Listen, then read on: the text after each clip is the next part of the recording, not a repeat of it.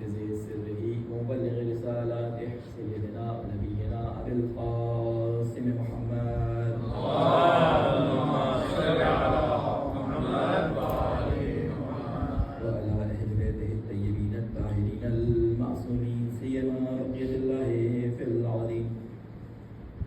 قال الله تعالى في كتابه المبين وقوله الحق أعوذ بالله من الشيطان اللعين الرجيم قل إني أمرت أن أعبد الله مخلصا له الدين وأمرت لأن أكون أول المسلمين قل إني أخاف إن عصيت ربي عذاب يوم عظيم.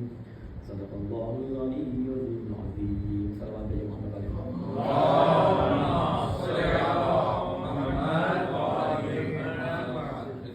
السلام علیکم ورحمۃ اللہ وبرکاتہ.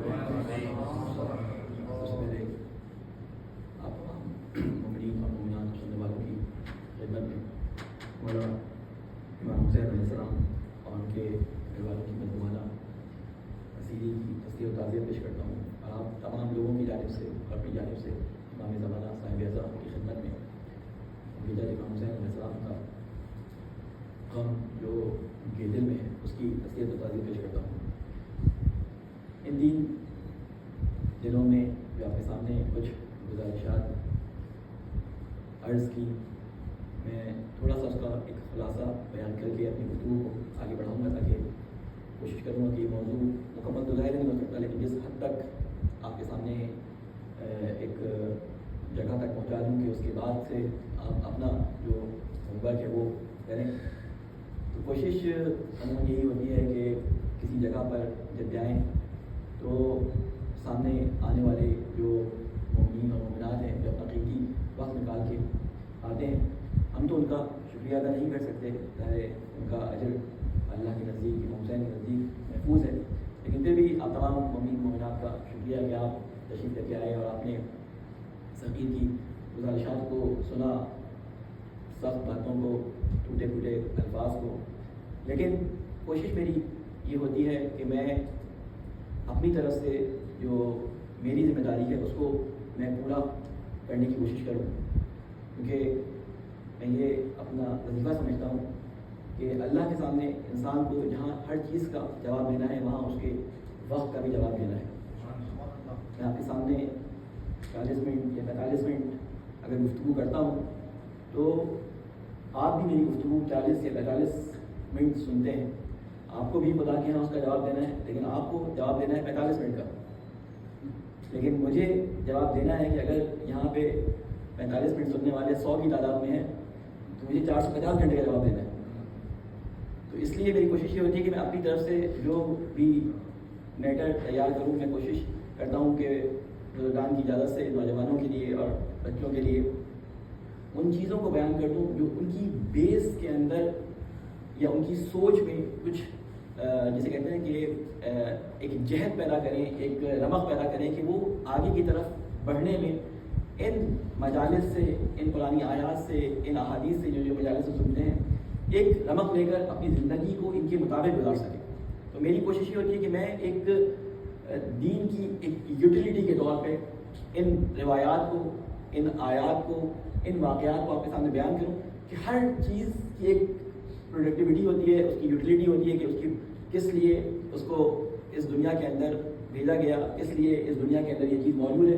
تو میری کوشش یہ ہوتی ہے کہ ان تمام چیزوں کو آپ کے سامنے اپنے جسے کہتے ہیں مطالعے کے تحت جو مجھے سمجھ آتا ہے آپ کے سامنے بیان کر دوں.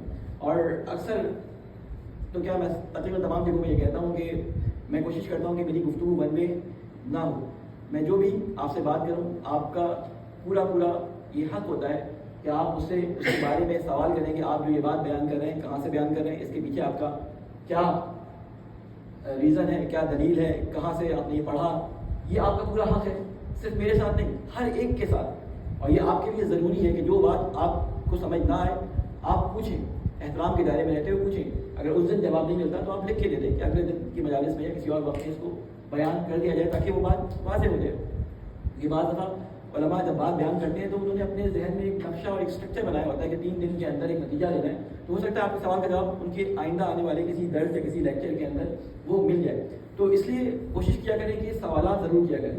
کیونکہ جب انسان اسکول یا کالج یا یونیورسٹی میں جاتا ہے تو ذہین بچہ اور اچھا بچہ اور ایکٹیو بچہ وہی سمجھا جاتا ہے کہ جس کے ذہن میں سوال ابھرتے ہیں.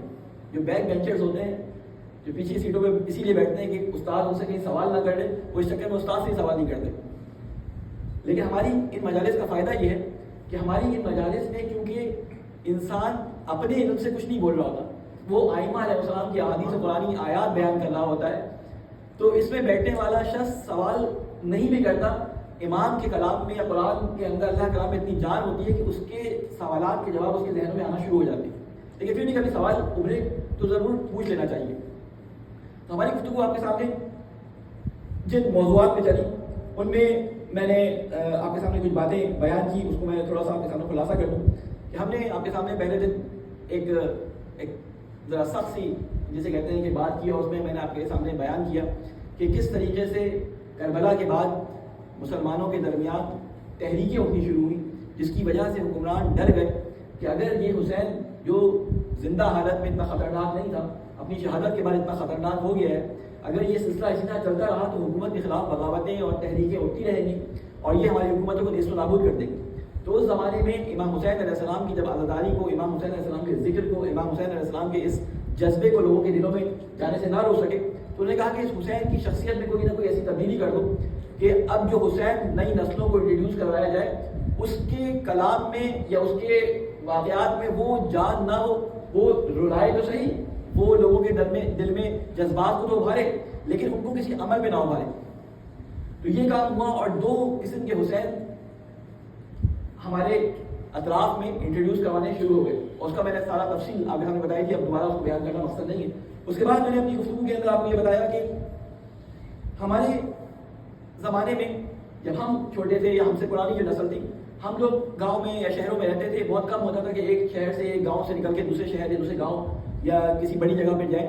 تو ہم جس ماحول کے اندر رہتے تھے اسی ماحول کے اندر رہتے ہوئے ہمارے عقائد, ہمارے نظریات, ہمارا دین اسی میں پروان چڑھتا تھا. جو سوال اگر اٹھتا بھی کبھی ذہن میں تھا, اول تو اٹھتا نہیں تھا کیونکہ سب اطراف میں ایک ہی طرح کے کام کر رہے ہوتے تھے, تو کسی چیز کے بارے میں سوال نہیں اٹھتا تھا کہ یہ کیوں ہو رہا ہے, کیونکہ سب ایک ہی طرح کا کام کر رہے ہوتے تھے. لیکن جب وہ بچہ یا لڑکا یا نوجوان کہیں باہر جاتا تھا اور وہاں جانے کے بعد اس کے مخالف کوئی کام دیکھتا تھا, اس کے باوجود اس کے اندر وہی کوالٹی حاصل کرنے کے لیے سارے کام کیے جا رہے ہیں وہ نظر آ رہی ہوتی تھی, وہ سوال کرتا تھا آگے. تو اس زمانے میں پہلے یہ ہوتا تھا کہ بڑے بزرگ کوئی ایسا سوال جس کا جواب دینا مناسب نہیں سمجھتے تھے یا ان کو خود نہیں پتا ہوتا تھا, وہ کہتے تھے خاموش ہو جاؤ, ان چیزوں کے بارے میں سوال نہیں کرتے, ہم نے اپنے اماں ابا کو ایسی کرتے دیکھا تم بھی ایسی کرو.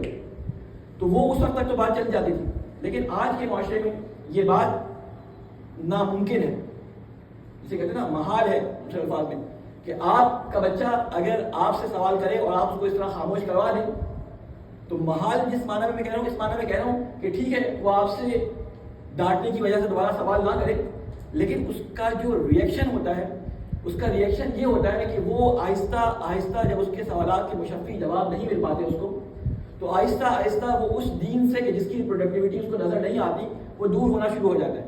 کہتا ہے کہ یہ وہ دین ہے کہ جو ریشنل نہیں ہے, یہ وہ دین ہے کہ جس کے اندر کسی سوال کا جواب موضوع طور پہ مجھے بتایا نہیں جاتا. تو وہ آہستہ آہستہ اس دین سے دور ہو جاتا ہے. اور اس وقت دنیا کے اندر سب سے زیادہ میں اس کو مذہب ہی کہوں گا, مذہب کہتے ہیں اس راستے ایک دین ہی کہوں گا جس پہ کوئی بھی چلے وہ دین کہلاتا ہے, وہ چاہے باطل ہو چاہے وہ حق ہو, ٹھیک ہے نا. اللہ نے دین اسلام کو اپنے نزدیک سب سے پسندیدہ دین قرار دیا, لیکن اس کے علاوہ بھی ادیان ہے. تو ایک دین بن گیا ہے, دین یعنی وہ راستہ جس پہ بہت سارے لوگ چل رہے ہیں. تو دنیا کی اکثریت جس راستے پر جس دین پہ سب چل رہی ہے وہ ایتھیزم ہے, یعنی انہوں نے تمام چیزوں کا انکار کر دیا ہے. اس وقت خدا کا, خدا کے وجود کا, اس کی خلقت کا, اس کی خالقیت کا, تمام چیزوں کا انہوں نے انکار کر دیا. ان کا اصل موقف کیا ہے وہ مجھے بیان کرنا مقصد نہیں ہے, لیکن میں قرآن مجید سے مدد لیتے ہوئے آپ کے سامنے ایک بات بیان رکھوں کہ یہ ابھی کوئی نیا مسئلہ نہیں ہے. یہ نیا مسئلہ نہیں, ہاں پچھلے 100 سال میں دنیا کا سب سے بڑا مذہب, دنیا کا سب سے بڑا دین ایتھیزم بن چکا ہے. لیکن یہ مسئلہ ائمہ علیہ السلام کے زمانے میں بھی تھا, یہ مسئلہ قرآن جب نازل ہو رہا تھا اس زمانے میں بھی تھا. اس زمانے میں قرآن نے اس کو ایڈریس کیا اور بتایا کہ یہ کیا کہتے ہیں, یعنی اس وقت دہریہ کہا جاتا ہے ان کو. دہریہ یعنی جو اللہ پہ یقین نہیں رکھتا, ٹھیک ہے, اس کا کہنا کیا تھا, ان کے قول کو اللہ تعالیٰ نے قرآن مجید میں نقل کیا ہے. وہی چیز آج کے زمانے میں بھی ذرا کھل کے ذرا یہ لوگ بیان کرتے ہیں. اس زمانے میں دبے ہوئے تھے, اس زمانے میں کھل کے بیان کرتے ہیں. کہتے ہیں کہ یہ دنیا, یہ حیات دنیا, ساری کی ساری زندگی دینا, موت دینا, اسی دنیا کے اندر ہے، مرنے کے بعد کچھ نہیں ہونا، ٹھیک ہے، اور یہ زمانہ ہے جو ہمیں موت دیتا ہے. یعنی دنیا کی زندگی کے آگے سے تصور کرتے نہیں، یعنی دنیا کے بعد کی زندگی کا ان کے ذہن میں تصور نہیں. دوسرے الفاظ میں کہوں کہ آخرت کے تصور سے یہ لوگ عاری ہیں. جب آخرت کے تصور سے انسان عاری ہو جاتا ہے اور جو شخص آخرت کے تصور کے ساتھ زندگی گزارتا ہے، دونوں کی زندگی میں واضح فرق نظر آتا ہے. جو شخص آخرت کی زندگی کے بغیر زندگی گزارتا ہے، اس کا پورا زور اس بات پہ ہوتا ہے کہ وہ اس دنیا میں کسی قسم کی کوئی پرابلم نہ سہے، اس کو ہر قسم کی آسانی مل جائے، اس کو ہر قسم کا آرام مل جائے، اس کو جو چیز وہ چاہے وہ مل جائے. کیوں؟ اس لیے اس نے اپنے وقت کو انجوائے کرنا ہوتا ہے. آپ نے وہ محاورے، وہ کہاوتیں، میں نے کل آپ سے کہا تھا نا، ہمارا دین، ہم نے اکثر چیزیں اپنے دین میں کہاں سے لی؟ کہاوتوں سے، شعروں سے، اپنے بزرگان کے طور طریقوں سے دین کے اندر لی. بہت کم ایسا ہوا کہ دین پڑھ کر لیا گیا ہو، بہت کم. اگر آپ لوگ یہاں بیٹھے ہیں اور آپ میں سے 50% میں دین پڑھ کے لیا ہے تو بہت زیادہ کمال ہے. میں ایسی جگہوں پہ گیا ہوں کہ جنہوں نے شیعت کے بارے میں اگر کوئی کتاب پڑھی بھی ہے وہ تحفۃ العوام ہے خالی. نہ انہوں نے قرآن کو پورا کبھی ترجمے کے ساتھ پڑھا، نہ انہوں نے کبھی نہج البلاغہ کو کبھی ترجمے کے ساتھ پڑھا، نہ انہوں نے کبھی صحیفہ سجاجیہ کو ترجمے کے ساتھ پڑھا. اور اگر کبھی نام لے لو ان سے کہ ہماری حدیث کی کتابیں بھی ہیں تو ان کے ذہن میں حدیث کی کتاب کا اگر نام یاد بھی ہے تو وہ بھی غلط یاد ہے. کون سی حدیث کی کتاب ہے ہماری سب سے بڑی؟ الکافی. ہمارے والے اکثر کیا بولتے ہیں؟ اصول کافی. یہ بولتے ہیں نا اصول کافی. اصول کافی کتاب کا نام نہیں ہے، کتاب کا ایک جز ہے جو اصول کہلاتا ہے. فروع اور روضہ 3 جز ہے کتاب کے. ہمارے کیا ہماری کتاب ہے اصول کافی.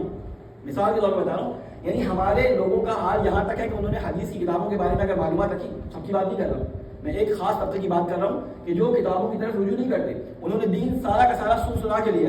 اور میں نے آپ کو یاد ہوگا پچھلے سال ایک حدیث آپ نے ہم نے بیان کی تھی مولا امام کاظم علیہ السلام کی.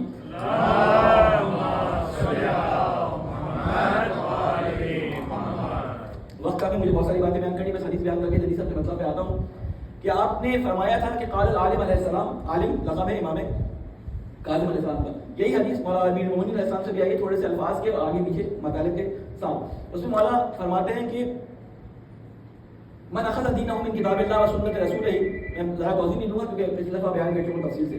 من اخذ دینہ من کتاب اللہ و سنت رسولہ زالت الجبال قبل ان یزول، کہ جو شخص اپنا دین اللہ تعالیٰ کی کتاب اور رسول کی صحیح سنت سے لیتا ہے صلی اللہ علیہ وسلم،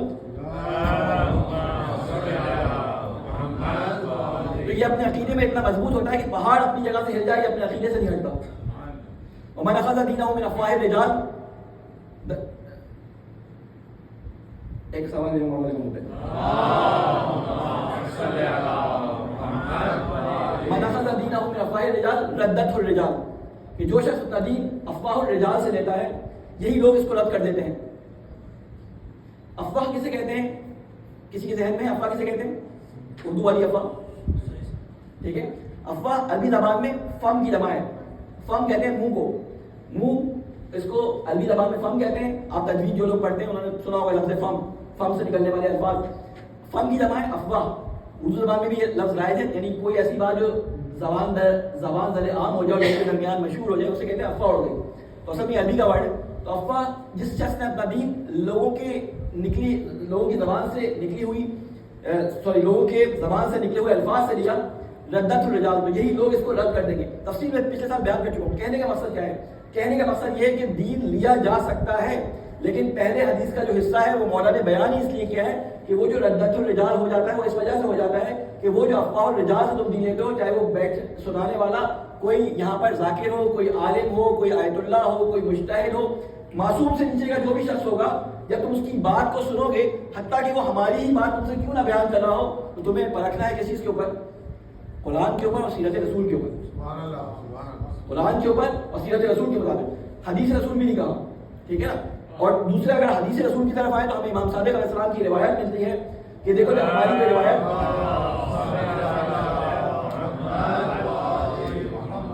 روایت تمہارے پاس آئے تو اس کو قرآن پہ پرکھو. اگر قرآن کے مطابق ہو تو اس کو لے لو، اگر قرآن کے مطابق نہ ہو تو اس کو چھوڑ دو. تو کہنے کا مقصد کیا ہے کہ افواہ الرجال سے جتنا بھی دین آیا اگر وہ ویریفائی نہ ہو قرآن اور اہل بیت کی سیرت سے، قرآن اور رسول کی سیرت سے، تو وہ دین آپ کو دوبارہ ویریفائی کرنے کی ضرورت ہے. اگر وہ دین آپ دوبارہ ویریفائی نہیں کریں گے تو وقت کے گزرنے کے ساتھ اللہ نے آپ کے دین کی حفاظت کا وعدہ نہیں کیا تھا. اللہ نے قرآن کی حفاظت کا وعدہ کیا تھا. اللہ نے یہ نہیں کہا تھا کہ تمہارے جو عقیدے ہیں تمہارے جو نظریات ہیں ان کی حفاظت کا بھی میں ذمہ لیتا ہوں.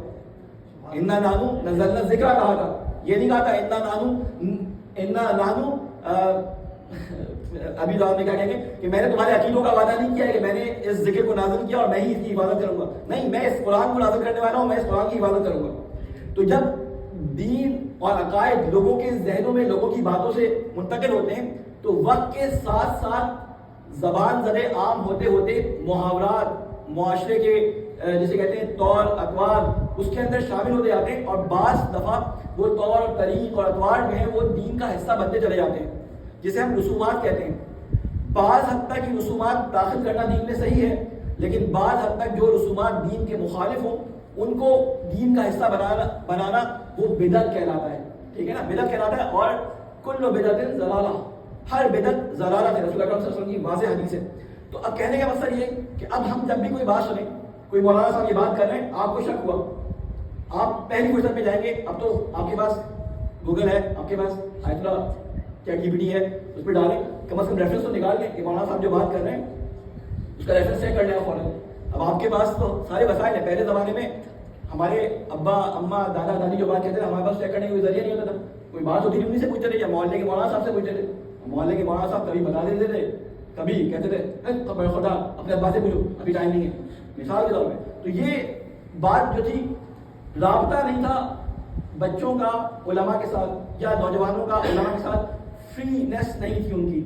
لیکن اب مسئلہ یہ ہے کہ اب علماء بھی تعداد میں ماشاء اللہ سے زیادہ ہو گئے, اب لوگوں کا رابطہ بھی علماء کے ساتھ بڑھ گیا ہے, تو اب سوال آسانی سے کر سکتے ہیں. لیکن کیونکہ ہمیں عادت ہو گئی سوال نہ کرنے کی تو ہم ابھی بھی سوال نہیں کرتے. تو بعض دفعہ ہوتا یہ ہے کہ ہمارے ذہن میں جو نظریات عقیدے کے طور پہ پل رہے ہوتے ہیں وہ عقیدے کا حصہ ہوتے نہیں ہیں. میں بہت معذرت کے ساتھ اپنی بہنوں سے دست بستہ معذرت کے ساتھ, اپنے بھائیوں اور بزرگوں سے دست بستہ معذرت کے ساتھ ایک سوال کرنا چاہوں گا. جو نوجوان جوان میرے یہاں بیٹھے ان سے ایک سوال کرنا چاہوں گا. آپ لوگ جو بزرگان ان کی مدد کریے گا اور جواب دیجیے گا. ایسے نہیں, میں دو طرفہ میں نے کہا میری گفتگو ہوتی ہے. آپ نے ایک جملہ سنا ہوگا کہ بی بی زینب کو بے ردا شام کے دربار میں گھمایا گیا. آپ کے ذہن میں یہ سن کے کیا آتا ہے؟ کبھی آپ مجھے صرف جواب چاہیے نوجوان دوستوں سے. آپ کے ذہن میں یہ بچہ بیٹھا ہے, کیا آتا ہے بے ردا شام کے دربار میں گھمایا گیا, اس کا مطلب کیا ہے؟ مجھے معلوم ہے کہ جواب اس کا بہت سخت ہے زبان سے نکالنا, لیکن پھر بھی ویسے ایک سوال آپ کو ایک میں سوشل ایکسپیریمنٹ کر کے دکھا رہا ہوں اس وقت آپ کے سامنے. کیا مطلب ہے اس کا؟ جی کیا مطلب؟ بال کھولے بنا چادر کے, نعوذ باللہ. یہ کیوں ایسا ہمارے نوجوانوں کے ذہن میں یہ بات آئی؟ میں دیکھیں ایک سوشل ایکسپیریمنٹ آپ کے سامنے اس وقت کر رہا ہوں. یہ بات ہمارے بچوں کے ذہنوں میں آئی کیوں کہ بے ردا شام کے دربار میں گھمانا, یا کھلے سر زینب بازار میں آ گئی, یا اس طرح کے جملے دوہوں کے اندر آپ سنتے ہیں, شاعری کے اندر آپ سنتے ہیں. اس کا مطلب کیا ہوتا ہے؟ اس کا مطلب یہ ہوتا ہے کہ شاعری سے شغف نہ ہونے کی وجہ سے وہ کنایا یا وہ محاورہ جو عربی زبان میں استعمال ہوا تھا اس کو ہم لفظی ترجمہ کرتے ہیں اور ایک غلط نظریہ لوگوں کے ذہن میں پل جاتا ہے. میں باقاعدہ تحقیق کر کے اس پہ لے کر آیا ہوں, باقاعدہ اس کی لغت سے مانا, اس کے محاورے کے مانا, اس کے عربی فارسی اردو کے مانا. کچھ اگر آپ تھوڑا صبر کریں تھوڑی سی علمی بات ہو جائے گی, اس کو آپ ذرا تحمل سے سنیے گا, کیونکہ یہ بہت ایک مورد آپ کو بتا رہا ہوں, اس طرح کے ہزارہ مورد ہمارے درمیان موجود ہیں. ایک سوال بھیجے محمد والے محمد پہ.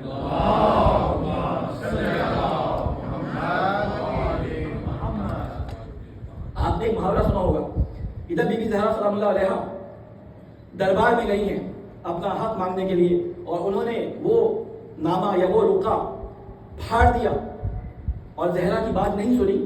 تو زہرا نے جب مولا علی علیہ السلام کو چھڑوانے کے لیے گئی ہیں, جب مولا علی علیہ السلام کو رسی باندھ کے لے جایا جاتا, بہت سخت بات کر رہا ہوں, بہت معذرت چاہتا ہوں آپ لوگوں سے, لیکن میں آپ کے سامنے ایک سوشل ایکسپیریمنٹ کر رہا ہوں. تو وہاں پر ایک جملہ ملتا ہے, آپ نے اکثر سنا ہوگا, شاعری میں بھی سنا ہوگا, ذاکرین اور خطبہ کے زبان سے بھی سنا ہوگا, کہ بی بی زہرا نے کہا کہ اگر تم علی کو آزاد نہیں کرو گے, مسائل میں جملہ سنا ہوگا آپ نے, تو میں اپنا گریبان چاک کر کے بالوں کو پریشان کروں گی اور تمہارے لیے بد دعا کروں گی. تو مولا علی علیہ السلام نے فوراً سلمان کو بھیجا کہ زہرا سے بولا کہ ان کے لیے بد دعا نہ کریں, بالوں کو پریشان کروں گی, گریبان چاک کروں گی. اس سے آپ کے ذہن میں کیا آتا ہے؟ سوال ہے میرا, کیا آتا ہے اس سے آپ کے ذہن میں؟ ٹھیک ہے، یعنی ہم اس کے معنی لفظی کریں تو ایک بے حرمتی ہو جاتی ہے، لیکن ہمارے ذہنوں میں بیٹھا یہی ہے کہ خدا نہ خواستہ بالوں کو پریشان کروں گی کہ چادر اتاریں گے بالوں کو پریشان کر دیں گے. نہیں عزیزان، یہ ترجمہ ہی اردو زبان میں غلط آ گیا کہ بالوں کو پریشان کرنا، گریبان کو چاک کرنا، منہ پہ لقمے مان لینا، منہ کو نوچ لینا، یہ ترجمہ ہی عربی زبان میں کسی اور طریقے سے استعمال ہوا، اور اردو زبان میں جب وہ شاعری کے اندر آیا وہ بھی محاورے کے طور پہ آیا، اس کو عام نسل کے اندر غلط طریقے سے پورٹری کر دیا گیا. میں آپ کو مثال دوں کہ عربی زبان میں جو لفظ آیا نا، جس میں یہ لفظ آیا کہ جس میں میں بالوں کو پریشان کروں گی یا میں اپنے گریبان چاک کر لوں گی، یہ جملہ دو الفاظ سے ملتا ہے. ایک آتا ہے شق الجیب یا نتف الشعر، نشر الشعر، خمش الوجوہ. ٹھیک ہے، کیا مطلب؟ قدیم محاورے میں جو خاص طور پہ شدید غم و مصیبت کے وقت یا کسی کو ملامت کرتے وقت استعمال ہوتا ہے، وہ یہ جملہ استعمال کرتے تھے، لیکن اس کا مطلب ہرگز بھی یہ نہیں ہوتا تھا کہ بالوں کو نوچ لینا یا بالوں کو کھول دینا یا گریبان کو چاک کر لینا. شدید حزن کی حالت اور شدید ملال، رنج و ملال کی حالت کو بیان کرنے کے لیے جملہ استعمال ہوتا تھا. یعنی یہ محاورہ تھا عربی زبان کا. اور اس کو آپ کو میں اور لوگوں سے ایک دفعہ اور بتا دوں، بلکہ لوگوں سے پہلے بتانے سے پہلے میں آپ کو جملہ بتا دوں یہ آیا کہاں سے. لحوف کے اندر، ٹھیک ہے، یا دوسری کتاب ہے مختل الحسین خوارزمی کی، اس میں یہ جملہ آیا ہے. یہ والے جملے جو میں نے عربی میں بیان کیے یہ آئے ہیں. وہ کیا جملے آئے ہیں؟ فلما قتل الحسین نادا مناد من عسکر ابن سعد قتل الحسین فخرجت زینب بنت علی تصرخ وتندب اخاها واخذت بشعرها وشقت جیبها. یہ شقت جیبها یہ یہی معنی ہے جس کے معنی آپ کرتے ہیں نا کہ گریبان چاک کر لیا. اس کا ترجمہ کیا کیا گیا اردو کے اندر؟ جب حسین شہید ہوئے تو ابن سعد کے لشکر سے ندا آئی. یہ کتاب لحوف اس وقت معتبر ترین کتابوں میں جو مقاصد کی مانی جاتی ہے، قبلہ اس کی وہ کریں گے، لحوف کتاب مانی جاتی ہے. ٹھیک ہے، اس میں یہ جملہ آیا ہے. اس میں کہا گیا کہ اس پر زینب بنت علی باہر آئی اور چیخنے لگی، اپنے بھائی پر نوحہ کرنے لگی، اپنے بالوں کو پکڑ کر گریبان چاک کیا. یہ جو اردو میں انہوں نے گریبان چاک کیا ترجمہ کر دیا اور اپنے بالوں کو نوچنے لگی، چلو یہاں تک تو صحیح ہے. تو یہ اصل میں محاورہ ہے عربی کا کہ شدید حزن اور شدید غم و رنج کی حالت کو بیان کرنے کے لیے یہ لفظ استعمال ہوتا تھا، یعنی رنج و حالت کی ایکسٹریم حالت کو پہنچانے کے لیے. اب آ جائیں ذرا سا تھوڑا سا اس طرف کہ چادریں چھین لی گئی. میں بہت خطرناک موڑ پہ جو ہے اس وقت بات کر رہا ہوں. غلط اگر یہ میں خدا نہ خواستہ مجھ سے ہو گیا تو اس میں کنفیوژن آ سکتی ہے، لیکن میں بہت آہستہ آہستہ بات کر رہا ہوں. ایک سلوات بھیجے محمد والے محمد.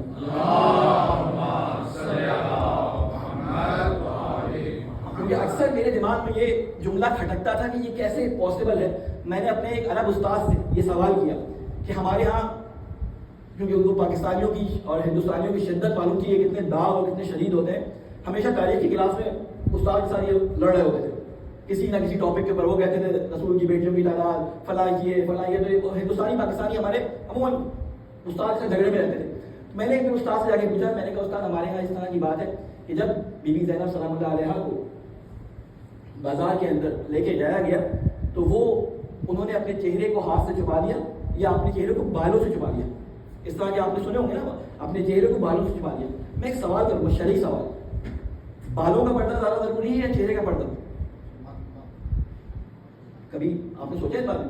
اللہ نے واجب کون سا پردہ کیا ہے؟ بالوں کا کیا ہے یا چہرے کا کیا ہے؟ تو پھر بالوں سے چہرے کا چھپا لینا. اب میں آپ کو ایک بات بتاؤں، یہ وہ بات بتا رہا ہوں جو عرب ایک استاد سے میں نے پوچھی ہوئی ہے. ٹھیک ہے، آپ اس کو تحقیق کیے، ہو سکتا ہے آپ اس کی تحقیق کے نتیجے میں کہیں اور بھی پہنچے. ہمارے یہاں یہ مشہور ہے کہ بے ردا پھیلانے کا مطلب یہ ہے کہ ان کے بال کھلے ہوئے تھے. یہ بالکل ہی غلط تصور قائم ہو گیا ہے. عرب معاشرے کے اندر جو لوگ عرب معاشرے سے آگاہ ہیں، جو عرب لوگوں کو جانتے ہیں، عرب معاشرے میں رواج تھا کہ جو آزاد خواتین ہوتی تھیں، جو شرفا کے خاندان کی خواتین ہوتی تھیں، وہ اپنا ایک مخنا پہنتی تھی، مخنے کے ساتھ اپنی وہ ایک ردا لیتی تھی، اس کے اوپر ایک چادر لیا کرتی تھی. یہ شرافت والے خاندانوں کی، بڑے خاندانوں کی نشانی ہوتی تھی کہ جو آزاد خواتین ہیں وہ اس طرح اس حلیے کے ساتھ گھروں سے اگر باہر نکلتی تھی اس طرح نکلتی تھی. اور جو کنیزیں ہوتی تھیں ان کا حلیہ اس طرح سے نہیں ہوتا، ان کے سروں پہ چادریں نہیں ہوتی تھی. تو اگر کسی خاتون کے سر پہ چادر نہیں ہوتی تھی تو اس کو کنیز تصور کیا جاتا تھا. سمجھ رہے ہیں بات کو؟ یعنی ان کے لیے چادر کا نہ ہونا گویا کہ بے پردگی ہوا کرتی تھی. تو یہ جو کہا جاتا ہے یہ عرب معاشرے کے اندر یہ رواج تھا، یہ عرب معاشرے کے اندر رواج تھا. تو اب جب یہ جو عاشور کے دن خیموں کو جلایا گیا اور چادریں چھیلی گئی، اس کا مطلب ہرگز بھی خدا یہ نہ لیا کرے کہ اس کا مطلب ہے کہ ان کے سر سے ردا ہی اتر گئی. وہ چادر جو عرب شرفا خاندان میں دی جاتی تھی وہ چادریں چنی تھی لیکن ان کے سر پہ مخنے موجود تھے. کسی جگہ پہ آپ کو اپنی اردو شاعری میں مل جائے گا, لیکن عربی مقاتل کے اندر اگر آپ اٹھا کے دیکھیں جو مقاتل آئے ہیں ائمہ علیہ السلام کی روایت آئی ہے, کہیں بھی آپ کو یہ نہیں ملے گا کہ ان کے بال خدا کا خاصہ کھلے ہوئے تھے اور تو کھلے سر جو آپ ماحول پڑھتے ہیں نا کھلے سر زینب کو اس نے دیکھا اور کھلے سر بازار میں آ گئی, نعوذ باللہ. یہ خدا کا خاصہ حضرت زینب کی شان میں گستاخی ہے. عربی اگر ماحول کو دیکھیں, آپ ماحول کو دیکھیں کس ماحول کی بات ہو رہی ہے. ہم اپنے لحاظ سے ہر چیز کو اردو میں ترجمہ کرتے ہیں, اس کا لفظی ترجمہ نہیں کریں گے. محاورے کا ترجمہ کبھی لفظی ہو ہی نہیں سکتا. محاورہ استعمال ہوا بالوں کو نوچنا, یہ اس زمانے میں اپنی غم کے اظہار کے لیے لطمہ کہتے ہیں, جسے ہم ماتم کہتے ہیں نا, اسے عربی زبان میں لطمہ کہتے ہیں. وہ اپنے چہرے پر ایسے یا ایسے لطمے لگاتے تھے یا اپنے بالوں کو ایسی اپنی چادر کے اوپر سے نوچ دیا کرتے تھے. تو جہاں جہاں یہ لفظ آیا نا کہ زینب نے اپنے بالوں کو نوچ دیا, اس کا مطلب یہ نہیں تھا کہ بال نعوذ باللہ کھلے ہوئے تھے اور انہوں نے اپنے بالوں کو نوچ دیا, نہیں. اس کا مطلب ہے انہوں نے اپنے بالوں کو پکڑ لیا. شدت غم کا اظہار ہے اس کے اندر. تو کہنے کا مقصد یہ کہ جب ہم شاعری کو کسی اور زبان سے منتقل کر کے کسی اور زبان میں لے کے آتے ہیں اور اس شاعری کے نتیجے میں اپنے عقیدے بناتے ہیں, تو اسی طرح کے عقیدے ہمارے ذہنوں میں ابھی تک پل بڑھ رہے ہیں. تو خدا دین کو لینے کی جگہ نہ شاعری ہے, نہ کہاوتیں ہیں, نہ ماں باپ دادا سنگر دادا سنگر دانی ان کے عقیدے. ہاں ان کے عقیدے اگر قرآن اہل بیت کے مطابق ہے تو ہیں, اگر نہیں ہے تو نہیں ہے. ہم ان کی رسومات کو لیں گے سر آنکھوں پہ, ہماری آنکھوں پہ, لیکن جہاں ان کی رسومات ٹکرانے لگے گی اللہ کے قرآن سے, رسول کی سیرت سے, ائمہ کے اقوال سے, تو پھر وہاں ماں باپ کی بات نہیں مانیں گے. اطاعت کا حکم صرف اللہ, اس کے رسول اور ائمہ علیہ السلام کے لیے دیا گیا ہے. ماں باپ کی اتباع کا حکم نہیں دیا گیا, ماں باپ کی فرما برداری کا حکم دیا گیا ہے. اطیعوا اللہ واطیعوا الرسول واولی الامر منکم. اطاعت کا حکم صرف اللہ کے لیے, اس کے رسول کے لیے اور فرما برداری کے لیے. تو اطاعت جو ہے وہ 3 طریقے سے ہوتی ہے. ایک اطاعت 100% جس میں کہا جائے کہ اللہ رسول اور اس کے اولی الامر کے علاوہ کسی کی اطاعت نہ کرو. ایک اطاعت وہ ہوتی ہے کہ کچھ درصد کسی اور کی ہوتی ہے, کچھ درصد یا فیصد کسی اور کی ہوتی ہے, کچھ پرسنٹ کسی اور کی, کچھ پرسنٹ کسی اور کی. کہ کچھ معاملات میں جہاں تک ہمارے معاملات اللہ تعالیٰ کے جیسے ہمارے جیسے کہتے ہیں نا کہ اس بات میں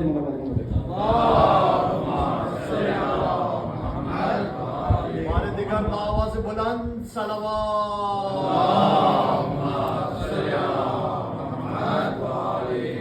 جہاں ہمارا انٹرسٹ اللہ کے کسی حکم سے ٹکرائے گا نہیں, وہاں تک ہم پیروی کرتے رہیں گے. میں نے 40 پہ وہ حدیث آپ کو نہیں سنائی, لیکن میں مدیون ہوں آپ کو سناؤں کہ آپ 40 کے موقع پہ ایک حدیث سنتے ہیں کہ امام عسکری علیہ السلام نے فرمایا کہ میرے شیعوں کی علامات ہیں. کون کون سی علامات ہیں؟ کیا کیا ہیں؟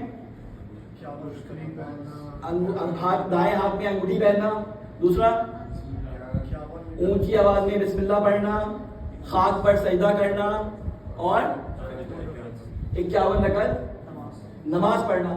تو ہم ایک پہ تو سبھی عمل کرتے ہیں, دوسری پہ بھی بعض دفعہ کر لیتے ہیں, بسم اللہ اونچی آواز میں پڑھ رہے ہیں, خاک پہ سجدے کے معاملے میں کر لیتے ہیں.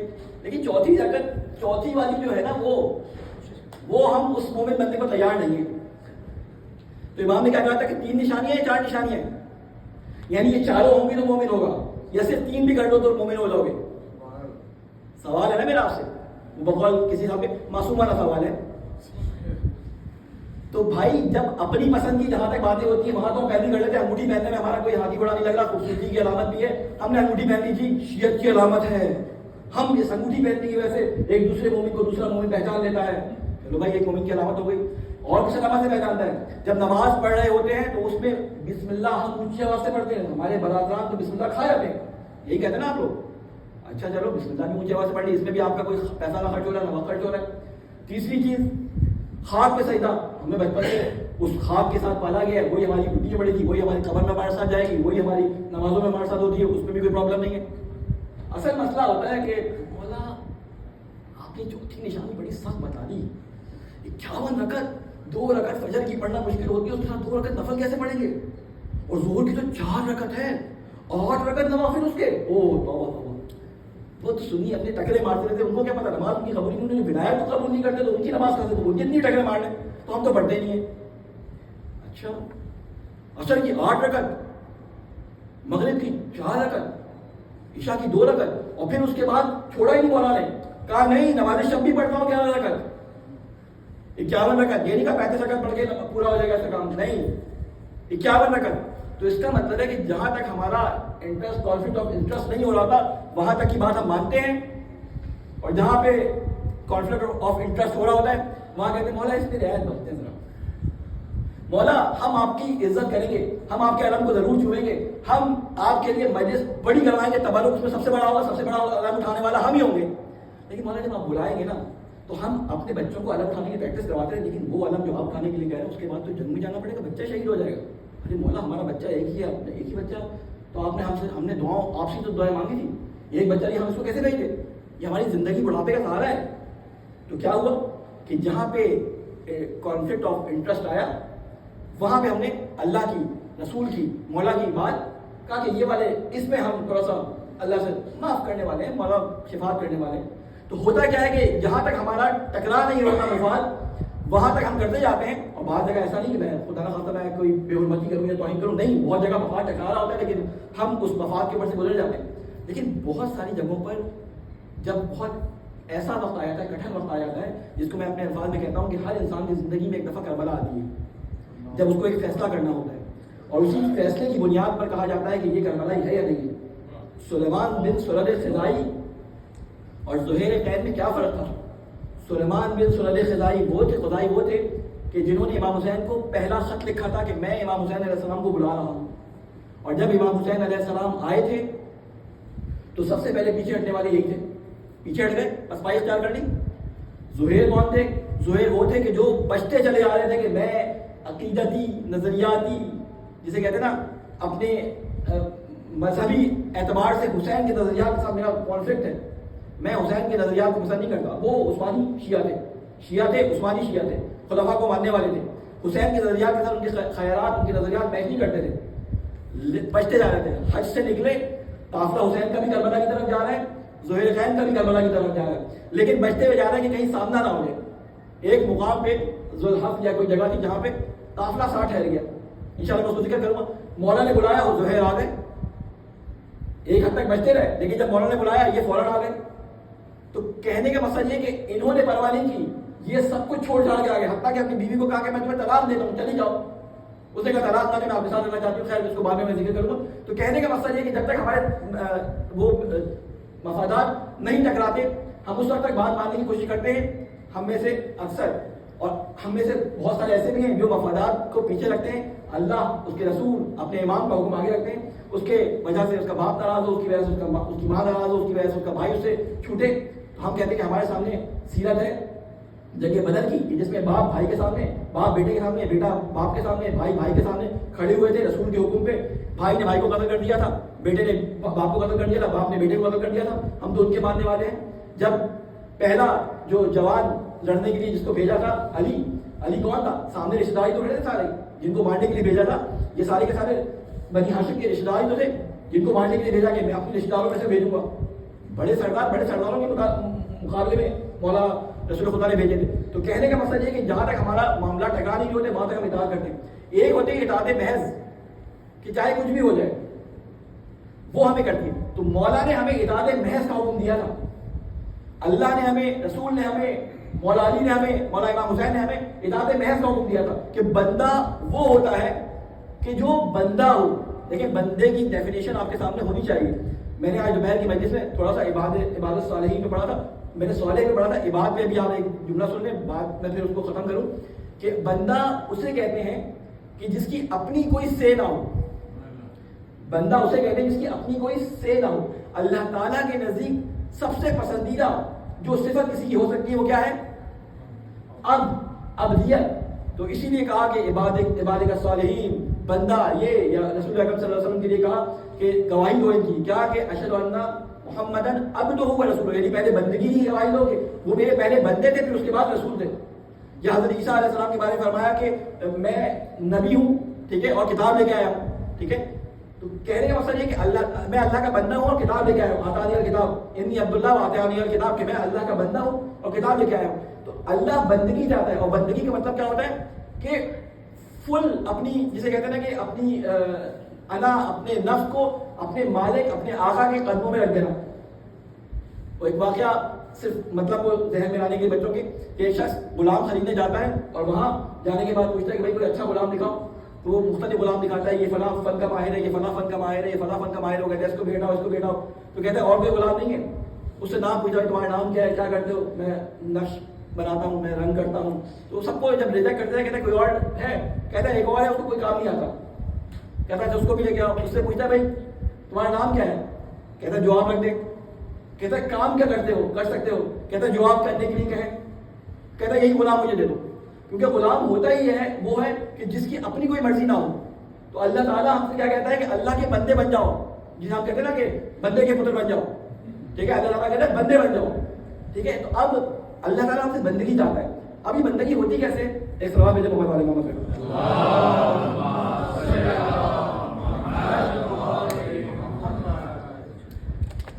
یہ بندگی ایسے ہوتی ہے کہ جب ہمارے سامنے بہت سارے شبہات آتے ہیں, نوجوان نسلوں کو زیادہ آتے ہیں, اور ان شبہات کے جواب میں جب ہم اپنے ذہن میں بنے ہوئے نظریات, اپنے ذہن میں بنے ہوئے عقیدوں میں ڈھونڈنے کی کوشش کرتے ہیں, تو ہمیں کوئی تشفی یا کوئی بہت زیادہ قانع کنندہ جواب نہیں ملتا, تو ہم اپنے بزرگان کے پاس جاتے ہیں. ان کے بعد بھی جب یہ نہیں ہوتا تو وہ کیا کہتے ہیں کہ دیکھو بیٹا, آہستہ آہستہ جب بڑے ہوگے سیکھ جاؤ گے. وہ بڑے ہوتے ہوتے وہ سیکھ جاتا ہے یا اس سے سیکھتا ہے کہ جو اس کے جواب کو کسی اور طریقے سے اس کو بیان کر دیتا ہے. واحد اللہ گوگل کے پاس جاتا ہے, اس پہ جو معلومات آتی ہے اس سے پڑھتا ہے, پھر اس میں تو آپ کو پتا ہے آپ کی پسند کی تھوڑی آتی ہے, ان کی پسند کی آتی ہے. ان کی پسند کی آتی ہے نا. مجھے سب سے بڑا, میں نام نہیں لوں گا, بولا راوی جو بہت سارے حدیثیں کرتا ہے, وہ تو آپ کا یہی چیٹ جی پی ٹی ہے. آپ اس کو 2 لفظ دیں اور کہیں کہ اس کے بارے میں کوئی حدیث ہے, وہ ایک حدیث بنا کے دے دے گا اور پھر کہے گا ہاں یہ حدیث اس طرح کی ہے. بہت ساری حدیثیں اس سے آج کے لوگوں نے کھڑنی شروع کر دی ہیں. تو کہنے کا مقصد یہ کہ یہ چیزیں وسائل استعمال کرنے کے لیے قرآن اور حدیث کو انسان کے ساتھ ہونا چاہیے. اب ان کا جواب میں آپ سے ایک سوال کروں گا, اور ایک جواب کہ آپ سے بچہ آ کے سوال کرتا ہے کہ چچا جیل میں ہے, چچا جیل میں ہے, یا ماموں کو بہت زیادہ مالی مشکلات ہیں, آپ کیا جواب دیتے ہیں؟ مولانا صاحب کے پاس جاؤ. مثال کے طور پہ وہ مولانا صاحب کے پاس جاتا ہے, کہتا ہے کہ 2000 دفعہ یہ پڑھ لو, 4000 دفعہ یہ پڑھ لو, والا تعویذ کر لو, 40 دن تک یہ بھی کرو گے تو ہو جائے گا آزاد. سزائی کو 20 دن کی ہوتی ہے, وہ 20 دن بعد آ جاتا ہے. ٹھیک ہے نا. وہ کہتا ہے واہ مولانا صاحب نے تعویذ عمل کیا. تو آج کل ریٹنگ انہی کی زیادہ ہوتی ہے جو تعویذ اور نسخے زیادہ بتاتے ہیں. اگر آپ کو کوئی تعویذ یا نسخہ ملتا ہے نا کہ اتنی دفعہ یہ پڑھ لو, تو میں آپ سے ایک سوال کروں گا, جو ڈاکٹرز یہاں بیٹھے ہوں اگر کوئی, تو مثال کے طور پہ میں جانے کے بعد 50 سال کا ہوں, میں جانے کے بعد کچھ چیزیں ڈاکٹر کو بتاتا ہوں, مجھے وہ گولی جو ڈیسائڈ کرتا ہے, جو ٹیبلٹ ڈیسائڈ کرتا ہے وہ کچھ اور دیتا ہے. جب ایک 15 سال کا یا 10 سال کا بچہ جاتا ہے, اس کو وہی علامات بتانے میں کچھ اور جو ہے وہ میڈیسن دے دیتا ہے. تو اب اگر میں نے یہ دونوں باتیں سنی ہو, فرض کریں میں نے اس بچے والی بات جو اس کو ٹیبلٹ دی تھی وہ سنی ہو, اور میں سب کو جا کے بتاتا پھروں کہ ڈاکٹر صاحب نے بتایا کہ جس کو اس طرح کی سمٹمس ہوں یہ والی دوائی کھا لے, تو میں تو بیڑا غلط کر دوں گا اس کا جو 50 سال کا ہے. اور جس کو 50 سال والے کو جو ڈوز اس نے بتائی تھی اگر وہ بتا دوں اور بچے کو کھلا دوں تو اس کا بیڑا غلط ہو جائے گا. تو کہنے کا مقصد یہ تھا جب امام کسی کو کوئی نسخہ بتاتے تھے تو وہ اس شخص کے لیے ہوتا تھا, وہ اس شخص کے لیے ہوتا تھا کہ بھائی تم اتنی دفعہ یہ کام کرو. ہمارے حکم داؤد معتبر کتابوں میں آیا ہے, وہ بتا دیا امام نے, تو وہ امام صادق نے اپنے بھائی کے لیے اپنی رضائی والدہ کو بتایا تھا, انہوں نے کیا, وہ جو ہے داؤد آزاد ہو کے آ گیا. ہم کرتے ہیں احترام کے طور پہ, لیکن کیا ایسا ہوتا ہے؟ پھر وہ سوال ہم سے بچہ آگے کرتا ہے کہ آپ نے کہا کہ قید مٹاؤ, اتنی دفعہ یہ پڑھ لو تو چھوٹ جاتے ہیں, تو یہ آپ کو کس نے بتایا؟ تو ہمارا جواب ہوتا ہے ہمارے ائمہ سے ہمیں پہنچ گئی روایت. یہ کہتے ہیں نا ہم لوگ, غلط کیا ہے؟ ائمہ علیہ السلام سے ہمیں جو روایت پہنچی انہیں ملا ہے کہ اتنی دفعہ یہ پڑھ لو. تو کہتے ہیں اچھا اگر ان سے روایت پہنچی ہیں تو پھر ہمارے امام تو اتنے سال قید میں رہے, انہوں نے یہ والی دعا بھی نہیں پڑھی. آپ کہتے خاموش, ایسی باتیں نہیں کرتے, تو کیا وہ خاموش ہو جاتا ہے؟ سوال ہے جینین یا نہیں ہے؟ ہو سکتا ہے آپ کے بھی کسی بچے نے آپ سے کیا ہو یہ سوال کہ بھائی مالی طور پہ وظیفے تو بہت سارے بیان, آپ یوٹیوب کھولیں کہ فلاں چیز کے مالی مشکلات حل کرنے کے لیے بتا دے گا یہ پڑھو, یہ پڑھو, اتنی دفعہ ایک ٹانگ کھڑو گے, یہ پڑھو, اتنی دفعہ وہ کالا کرو, نیلا کرو, فلاں زعفران پہ لکھ کر یہ کرو. سنے نا آپ نے یہ سارے نسخے, بڑی ان کی ڈیمانڈ ہوتی ہے. تو بھائی امام پہ غلبہ کا ابھی گزرا, تو کیوں امام نے اپنے لیے یہ تعویذ نہیں لکھ لیا؟ سوال ہے یا نہیں ہے جینین؟ اب میں ایک جواب اس کا دوں گا اور اپنی گفتگو کو ختم کروں گا.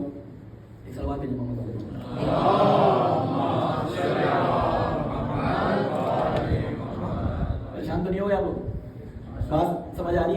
کچھ زیادہ کچھ ادھر ادھر کی کر رہا ہوں باتیں.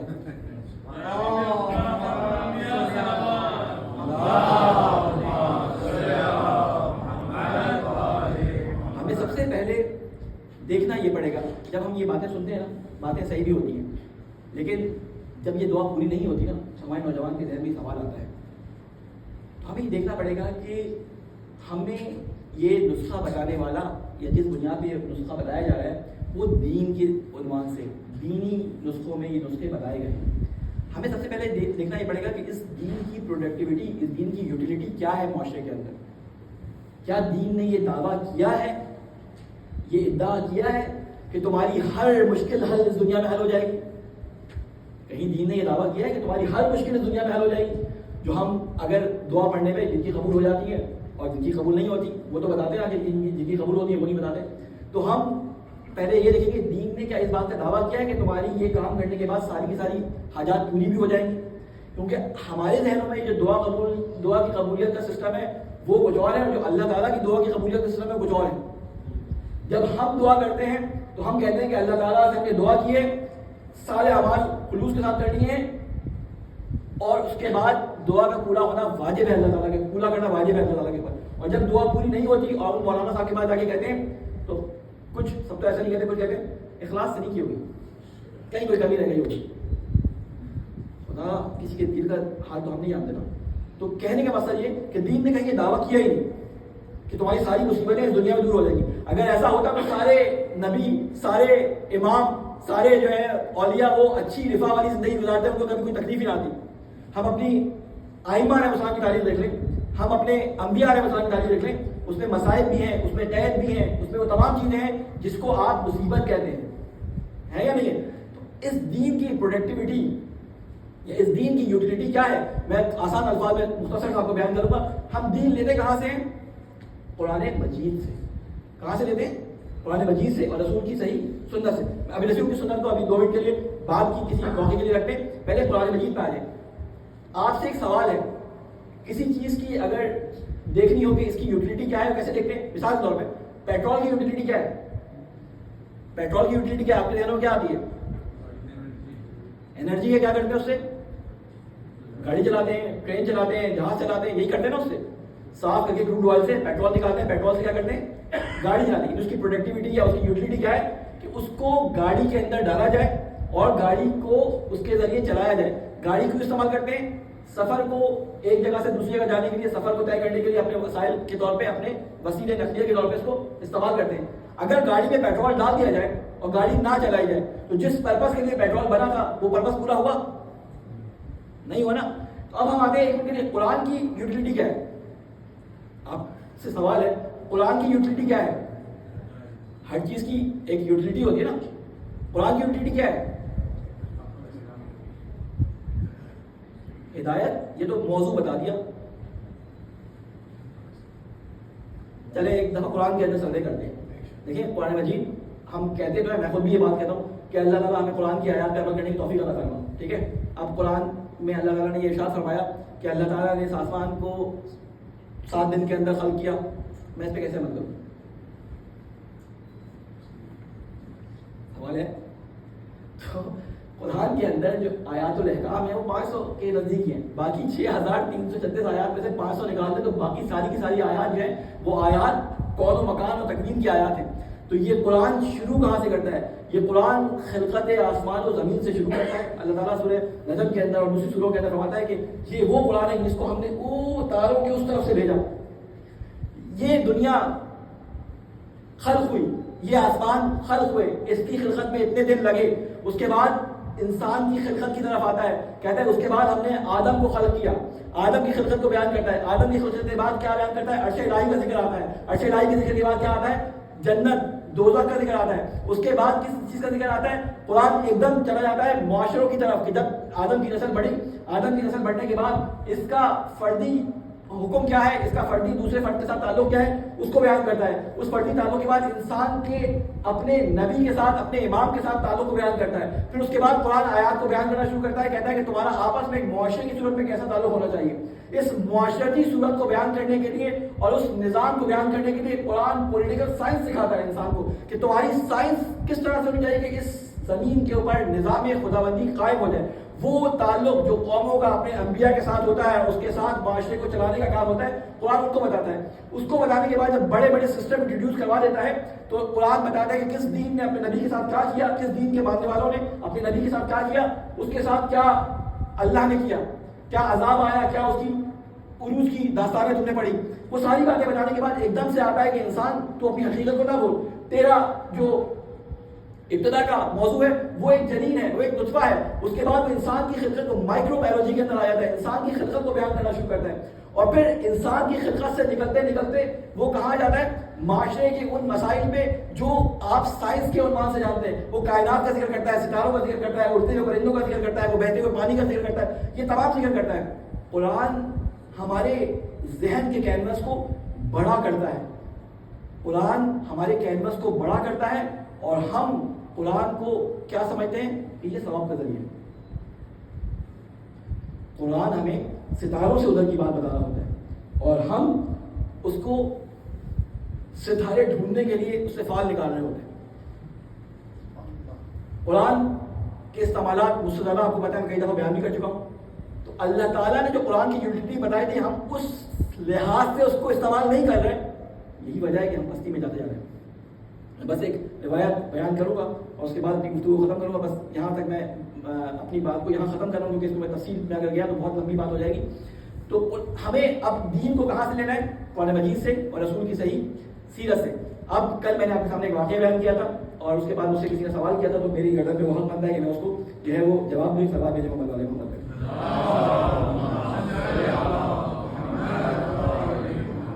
جب 5 منٹ اوپر ہو جائے تو بہت معذرت چاہتا ہوں کیونکہ شاید نوا خانوں کی کسی ایک معاہے میں تھوڑے سے الفاظ اور شاہ کم کرنے پڑے. 5 منٹ یا 10 منٹ آپ سے صرف میں وضاحت چاہوں گا. کل میں نے آپ کے سامنے ایک واقعہ بیان کیا تھا کہ ایک ماں باپ آئے اور انہوں نے یہ بیان کیا کہ ہم اتنے سالوں سے ہماری نماز شب، کسی کے ذہن میں ہوگا کہ نماز شب قضا نہیں ہوئی، ہمارے 3 مہینے کے روزے قضا نہیں ہوئے، لیکن کیا ہوا کہ ہمارے بچے مسلمان نہیں رہے. یہ آپ کو واقعہ ذہن میں ہے نا، ساروں سب کے ذہن میں. اب ہمارے بچے مسلمان نہیں رہے تو ہم سے کیا غلطی ہو گئی، ہم سے کیا غلطی ہو گئی. یا وہ کہنا یہ چاہ رہے تھے کہ ہم نے دین کے بتانے میں کیا غلطی کر دی. میں ایک امام علیہ السلام کی روایت آپ کے سامنے بیان کروں گا. کافی کے اندر جلد 2 صفحہ نمبر 247 یہ روایت ہے. ٹھیک ہے، ایک سوال بھیجے محمد علیہ وسلم. میں روایت کا مطلب شروع میں سے تبالغاً پڑھوں، باقی اس کا ترجمہ کروں گا. امام کے پاس ایک شخص آیا بوڑھا. اس واقعے کو اپنے ذہن میں رکھیے گا اور میری ان تمام مقدماتی باتوں کو جو میں نے بیان کی کہ دنیا میں جب ہمیں ہماری دعاؤں کا اثر نہیں ملتا تو ہم اللہ تعالیٰ سے شکوہ شروع کر دیتے ہیں. اللہ تعالیٰ ہماری دعاؤں کے بارے میں کیا بتایا؟ اللہ تعالیٰ ہماری دعاؤں کو محفوظ رکھتا ہے. اللہ تعالیٰ کو اپنے بندے کی آواز بہت پسند ہے. بعض دفعہ وہ دعاؤں کو فوراً پورا کر دیتا ہے. بعض دفعہ اللہ تعالیٰ کا قبولیت کا میکینزم ایسا ہے کہ ابراہیم نے 5000 سال پہلے دعا کی، 5000 سال بعد دعا قبول ہوئی. ٹھیک ہے، مولانا علی علیہ السلام نے دعا کسی زمانے میں کی، کربلا کے میدان میں وہ پوری ہوئی. بہت ساری اس طرح چیزیں. یعنی دعا کے میکینزم کو سمجھنے کے لیے ہمیں اللہ تعالیٰ کے پرانے واقعات کو جو قرآن مجید میں بیان ہوں ان کو دیکھنا پڑے گا. تو کہنے کا مقصد یہ کہ یہ جو واقعہ وہ سنا رہے تھے تو یہ روایت ہمارے دوست ہمیں کہتے ہیں کہ یہ روایت میرے اصول کافی سے میری نظر میں پڑی. میں روایت آپ کے سامنے بیان کرتا ہوں.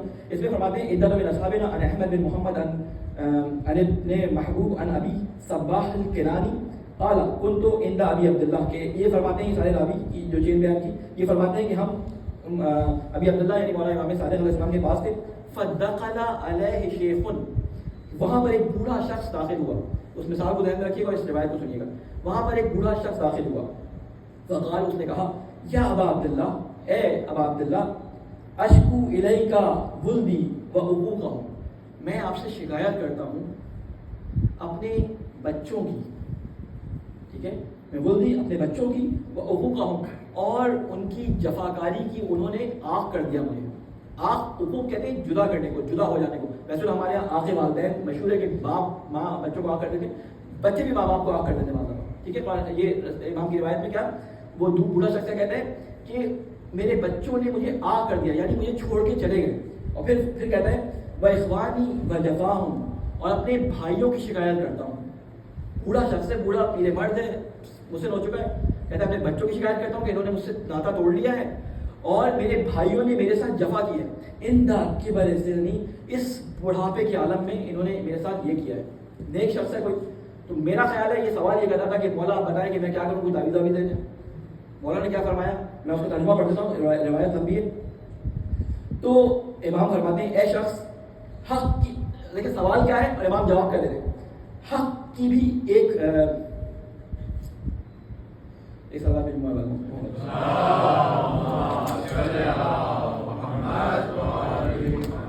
کہتے ہیں حق کی بھی ایک حکومت ہے اور باطل کی بھی ایک حکومت ہے. سوال ذہن میں رکھیے گا لیکن امام کے جواب دینے کا طریقہ دیکھیں.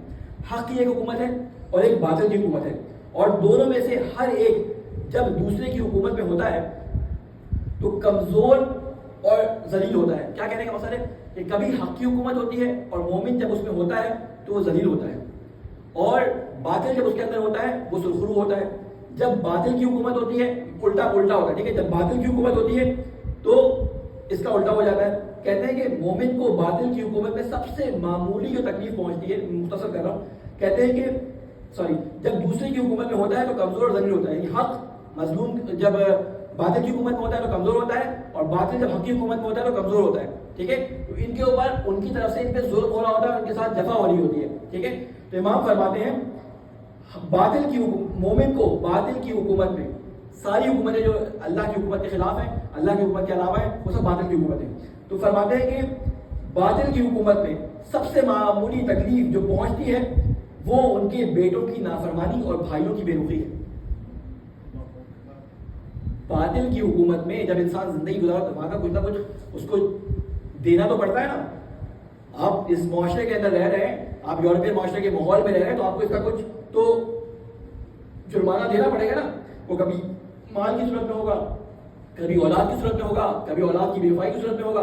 تو امام اسی چیز کو وعدے کر رہے ہیں، یہ ہمارے بالکل ریلیونٹ روایت ہے. تو کہتے ہیں کہ باطل کی حکومت میں جو سب سے کم تکلیف جو معمولی تکلیف پہنچتی ہے وہ بیٹوں کی نافرمانی اور بھائیوں کی بے رخی ہے. اور کوئی مومن ایسا نہیں کہ جسے باطل کی حکومت میں کچھ آسائش نصیب ہوئی ہو مگر یہ کہ مرنے سے پہلے اسے ضرور کسی آزمائش میں مبتلا کیا جائے. یعنی امام فرمانا کہ تم نے باطل کی زندگی میں آسائشیں حاصل کی ہیں، باطل کی زندگی میں تم نے مزے کیے ہیں، سارے کے سارے اپنے پورے مزے کیے ہیں، تو اگر تم مومن اور تمہارے کام بھی نیک تھے تو اللہ تعالیٰ تمہیں ان میں سے معمولی سی سب سے معمولی آزمائش ہے کہ تمہیں بچوں اولاد کے ذریعے یا تمہارے مال کے ذریعے تمہیں آزمائے گا. ٹھیک ہے، اس سے پریشان نہ ہونا. کیوں آگے بیان کر رہے ہیں ہم. ٹھیک ہے، تو کہتے ہیں کہ کسی کی باطل کی حکومت میں کچھ آسائش نصیب ہو مگر یہ کہ مرنے سے پہلے اسے کسی آزمائش میں مبتلا کیا جائے، چاہے اس کے جسم میں یا اس کی اولاد میں یا اس کے مال میں، یہاں تک کہ اللہ اسے اس چیز سے پاک کر دے جو اس نے باطل کی حکومت میں حاصل کی، اور حق کی حکومت میں اس کا پورا حصہ اسے عطا کیا جائے. اور پھر امام نے دو جملے کہے کہ اگر تمہارے ساتھ کبھی باطل کی حکومت میں جب تم سارے مزے اس باطل کی حکومت کے لوٹ رہے ہو اور تمہاری اولاد تمہیں چھوڑ کے چلی جائے اور تم نے اپنی طرف سے سارے نیک کام اس کے حق میں کیے ہو، تم نے اپنی طرف سے کوئی کوتاہی نہیں کی ہو، تو اس وقت کرو کیا؟ کہتے ہیں کہ اللہ تعالیٰ کی طرف سے تمہارے اوپر ایک آزمائش ہے، کیونکہ اللہ تعالیٰ اس کے بدلے میں تمہیں اس حکومت میں جو آئندہ آنے والی حکومت ہے جس کی عمر بہت طولانی ہے، قیامت کی جو حکومت اللہ تعالیٰ کی جہاں پہ حکومت ہوگی، اس میں اللہ تعالیٰ تمہارا حصہ دے دے گا، اس میں صحیح طور پہ لے آنے کے لیے تمہیں یہ تکلیفیں دے گا. تو امام نے کہا تم کیا کرو؟ ہمارے لیے کہا امام نے ہم کیا کریں گا؟ ہماری اولادیں ہمارے مال کے اندر ہماری اولادوں میں کسی چیز میں نقصان ہو جائے ہم کیا کریں؟ تو امام نے ایک جملہ فرمایا، عربی میں پہلے اس کو پڑھ دوں.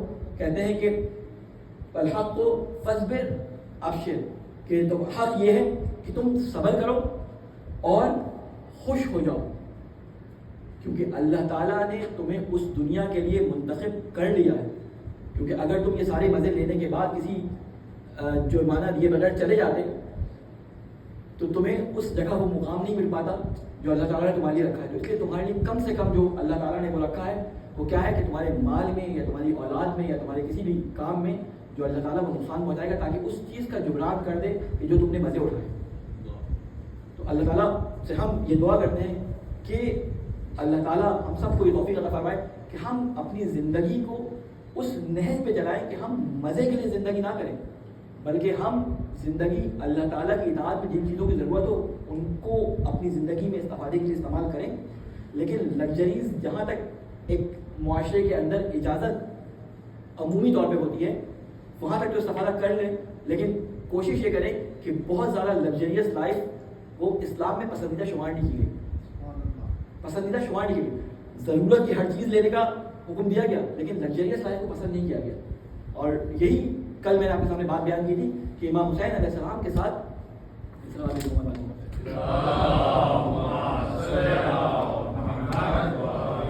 آنے والے لوگوں میں جو ایک کامن خصوصیت تھی وہ یہ تھی کہ حب دنیا ان کے دلوں میں نہیں تھا.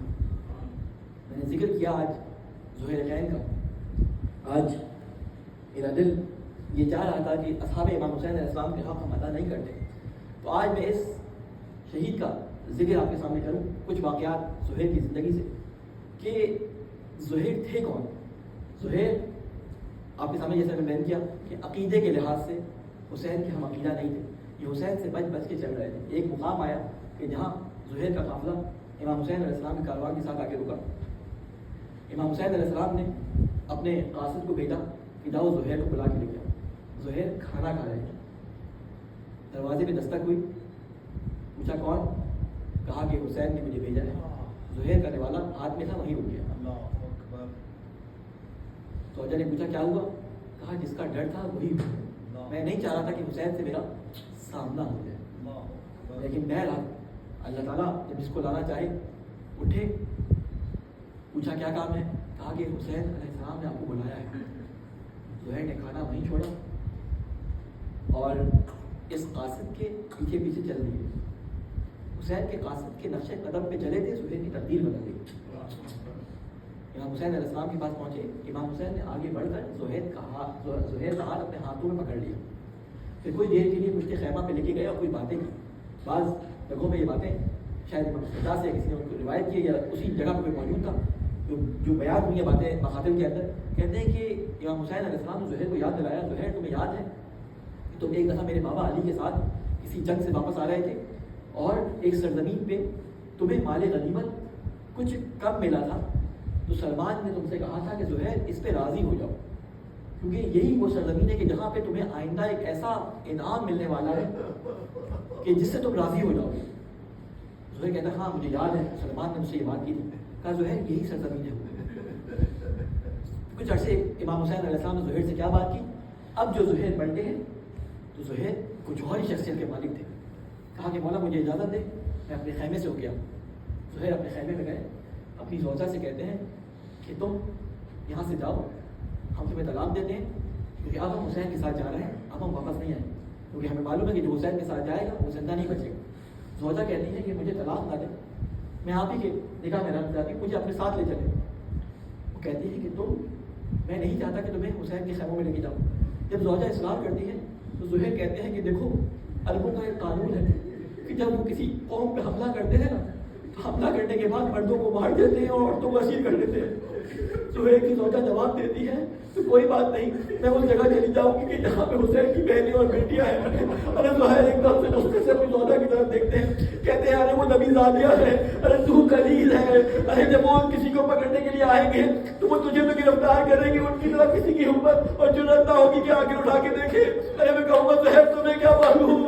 ارے انہی زینب کے اور انہی ام کلثوم کے کندھوں پر نیزے مارے جائیں گے. ارے زہیر اپنی زوجہ سے کہتے ہیں کہ تو چلی جا. زہیر کی زوجہ اپنے غلام کے ساتھ اور بھائی کے ساتھ کوفہ کی طرف روانہ ہو جاتی ہے. اب زہیر امام حسین علیہ السلام کے خیموں میں آ جاتے ہیں. کربلا کا دن کربلا میں عاشور کا دن آتا ہے. شب عاشور کے دن حضرت عباس خیموں میں ترایا کر رہے ہوتے ہیں. ایک دفعہ زہیر حضرت عباس کو آواز دیتے ہیں عباس میری بات سننا. عباس گھوڑے کو روکتے ہیں. کہتے ہیں زہیر اس وقت میں پہرے پر ہوں لیکن تم نے اگر مولا علی میرے بابا کا نام نہ لیا ہوتا تو میں نہ رکتا. زہیر آواز دیتے ہیں کہ عباس رکو میں تمہارے بابا کی تمہیں ایک بات بتاؤں. تمہیں بات سنتے ہیں. کہتے ہیں کہ تمہیں معلوم ہے کہ تمہارے بابا نے عقیل سے یہ کہا تھا کہ میرے لیے ایک خاندان کی ایسی بہادر عورت لے کے آؤ جس سے میں شادی کروں اس سے ایک بہادر بیٹا پیدا ہو تو کربلا میں حسین کی مدد کرے. تمہیں معلوم ہے ارے عباس نے یہ سننا تھا کہ ایک دفعہ گھوڑے کے رکابوں پہ کھڑے ہوئے کہا زہیر تم مجھے یاد دلاتے ہو کہ میرے باپ نے میرے لیے کیا دعا کی تھی. ایک دن کربلا میں عاشور کا دن آنے تو میں دکھاؤں گا کہ کیسے جنگ ہوتی ہے. ابھی عباس کی بات کر رہے تھے. دن گزر گیا. وہ رات آ گئی کہ جس میں اصحاب کا امام حسین نے امتحان لیا. امتحان میں سارے اصحاب جو ہے جب کامیاب ہو گئے تو اس میں وہ شخص جو حبیب کے ساتھ جس نے یہ کہا تھا کہ مولا اگر اللہ ہماری 70 دفعہ جان لے، ہماری گردنیں 70 دفعہ کٹ جائے تو ہم اپنی جانوں کو آپ کے اوپر قربان کر دیں گے. ان میں سے یہ فطرہ ایک زہیر کا بھی تھا. ارے کربلا کا میدان آ گیا، نماز ظہر کا وقت آیا، مولا حسین نے بڑا سخت کام زہیر کے ذمہ ڈالا. زہیر کو کہا زہیر میرے سامنے کھڑے ہو جاؤ، جو تیر آئے وہ مجھ تک نہ آئے، کہ تم اپنے سینے میں رکھنا. سعید اور زبیر کو اپنے سامنے کھڑا کیا. میں زہیر کی شہادت نہیں پڑھ رہا، میں مختصر کروں گا بات کو. ارے سارے کے سارے تیر آتے رہے امام حسین کے اوپر. زہیر اور سعید نے ایک بھی تیر آنے دیا اور سارے تیر سعید نے اپنے تیروں کو کاٹ دیا، لیکن زہیر نے سارے تیروں کو اپنے سینے میں لیا. ایک دفعہ جب امام حسین نے کہا السلام علیکم ورحمۃ اللہ وبرکاتہ، ایک دفعہ سعید گرے، ایک طرف زہیر گرے. ارے جب زہیر کے سرانے آئے تو زہیر کی جان نکل چکی تھی. کربلا کا واقعہ گزر گیا. ارے اس کی زوجہ اور کوفہ میں جب 11 محرم کو یہ کاروان جانے کے لیے چلا تو 12 محرم کو کوفہ کے دروازے میں پہنچا. زہیر کی زوجہ دور سے دیکھ رہی تھی کہ دیکھو تو صحیح زہیر کا کیا ہوا. جب اس نے سر آتے ہوئے دیکھے تو جب کاروان گزر گیا، زہیر کا سر جب دیکھ لیا اپنے غلام کو بلا کے کہتی ہے اے غلام میرا ایک کام کر دے، اگر تو نے میرا یہ کام کر دیا میں تجھے آزاد کر دوں گی. غلام نے کہا آزادی بتائے کیا کام ہے؟ کہا یہ کفن لے جاؤ. ارے حسین ان کے ساتھیوں کو تو کفن مل گئے ہوں گے، زہیر کا تو کوئی جانے والا وہاں موجود نہیں تھا. یہ کفن زہیر کو دے کے اس کو دفنا کے آ رہا. اب غلام چلا، یہ محترمہ یہ کلید اپنی چھت پہ ٹہل رہی ہے کہ غلام گیا ہوگا، کربلا پہنچا ہوگا، زہیر کا لاشا ڈھونڈا ہوگا، کفن دیا ہوگا، اب آ رہا ہوگا. ارے جب تھوڑے عرصے کے بعد کیا دیکھتی ہے کہ دور سے غلام گھوڑے پہ چلا آ رہا ہے. جب غلام نزدیک پہنچتا ہے نظروں کو جھکائے ہوئے کہتے ہیں کیا ہوا؟ تو نے زہیر کو کفن دے دیا. کہتے ہیں آزادی مجھے معاف کرنا، یہ آپ کا کفن آپ کے پاس. کہتے میں تجھے نہ بخشوں گی، تجھے آزاد نہ کروں گی. میں نے کہا تھا زہیر کو کفن دے کے آ. کہتے ہیں آزادی آپ نے مجھے ایک کفن دیا تھا کربلا کی زمین پر 72 لاشیں بے گولو کفن پڑے تھے، میں کس کو کفن دیتا؟ حسین بے گولو کفن. انا للہ وإنا إليه راجعون. سيعلم الذين ظلموا أي منقلب ينقلبون. پڑھ رہا تجھے واسطہ ہے محمد والے محمد کا ہماری اس قدیم سی بات کو بھی بارگاہ میں قبول و مقبول فرما. اے اللہ تجھے واسطہ ہے محمد والے محمد کا بہتے ہوئے آنسو پہ اپنا رحم فرما. اے اللہ تجھے واسطہ ہے محمد والے محمد کا ہمیں دین کا صحیح فہم اور اس کے مطابق اپنے عقیدے اور نظریے کو بنانے کی توفیق عطا فرما. اے اللہ تجھے واسطہ ہے محمد والے محمد کا قرآن اور اہل بیت کی تعلیمات کو سمجھ کے اس کے اپنی زندگی میں اتارنے کی توفیق عطا فرما. اے اللہ ہمارے بچوں ہمارے نوجوانوں کی حفاظت فرما. اے اللہ باہر کے فتنوں سے ان کو محفوظ فرما. اے اللہ ان کی جو مشکلات ہیں ان کو دور فرما. جو مفروض ان کے قرض ریب سے عطا فرما. جو مرحومین اس دنیا سے جا چکے ان کی قبروں پہ اپنی رحمت نازل فرما. جو مظلوم دنیا بھر میں اپنے حق کے لیے آواز اٹھانے کے لیے بے چین ہے، اے اللہ ان کے حق میں آواز اٹھانے کی توفیق عطا فرما. اے اللہ ان کی مدد فرما، ان کو ظلم سے نجات عطا فرما. علماء کرام کا سایہ ہمارے سروں پہ قائم فرما. اے اللہ ہمارے امام کی حفاظت فرما، ہمیں ان کے ناصر العوام میں شامل ہونے کی توفیق عطا فرما. ربنا تقبل منا انك انت السميع العليم وعد الحسين.